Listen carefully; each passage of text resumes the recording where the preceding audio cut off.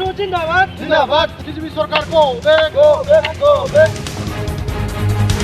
गसाइगाव आक्रासुआ गोसोम फिरफिला बिरहोनानै थगायनाय सान फालिदों।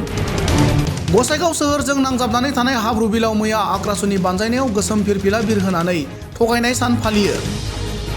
आक्रासुनि मावथिफोरा आक्रासु जिंदाबाद, भारत सरकार हाय हाय, न' कमतापुर न' रेस्ट, कच राजबंशीखौ थगायनाया सोलिनाय नङा बायदि स्लगान होनानै थासारिखौ दुंहाव खालामो।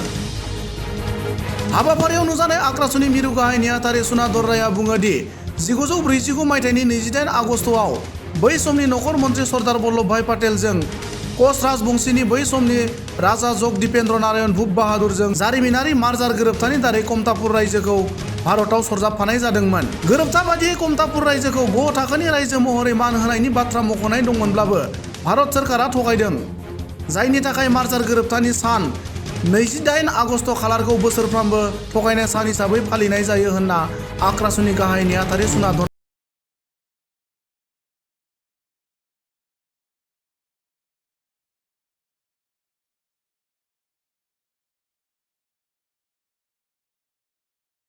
জাতিৰ কাৰণে এটা কলা দিন, কোচ ৰাজবংশী জাতিৰ কাৰণে এটা বেয়া দিন।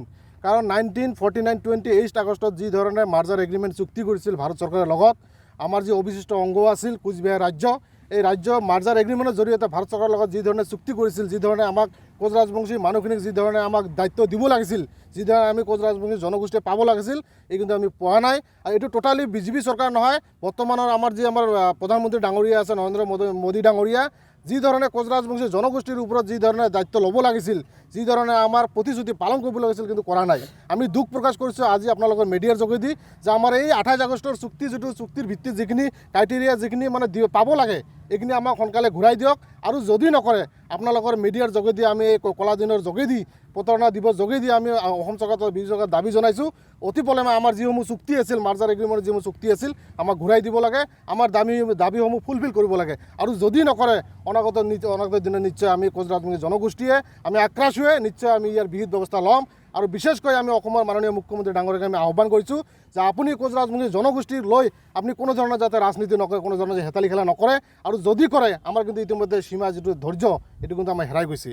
আৰু এই কলা দিনত আমি এটা প্ৰতিশ্ৰুতি লৈছোঁ যে অনাগত দিনত কোচ ৰাজবংশী জনগোষ্ঠীৰ যি দীৰ্ঘদিনীয়া দাবী কমতাপুৰ ৰাজ্য আৰু কোচ ৰাজবংশী জনগোষ্ঠীৰ যি আমাৰ জনজাতিকৰণ কৰিব লাগিছিল, কিন্তু আজিৰ তাৰিখত কোচ ৰাজবংশী জনগোষ্ঠীৰ কোনো ধৰণৰ উন্নতিৰ ক্ষেত্ৰত আমি যিকোনো ডিমাণ্ড, এই ডিমাণ্ড কিন্তু আমি পোৱা নাই।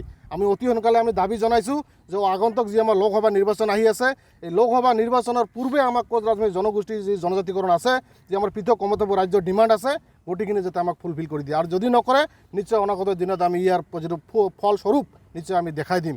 আৰু বিশেষকৈ আমি দেখিবলৈ পাইছোঁ যে বিজেপি চৰকাৰ বৰ্তমানৰ যি ধৰণে চৰকাৰ চলাই আছে, টোটালি ভেকবানা চৰকাৰ, বিজেপি চৰকাৰৰ প্ৰতি কোনো ধৰণৰ আমাৰ আস্থা নাই।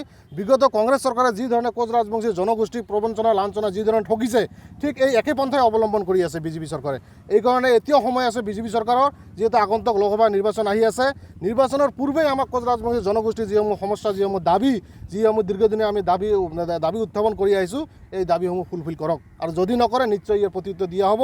আৰু বিশেষকৈ আমি দেখিবলৈ পাইছোঁ কোচ ৰাজবংশী জনগোষ্ঠীক অনলি খালি জনজাতিকৰণ আৰু পৃথক কমতাপুৰ ৰাজ্যই প্ৰতাৰণা কৰাই নহয়, বিভিন্ন ক্ষেত্ৰত আমাক কিন্তু হাৰাশাস্তি কৰি আছে। আজি আপোনালোকে দেখিছে জীৱন সিংহ ডাঙৰীয়া কি অৱস্থা কৰিছে।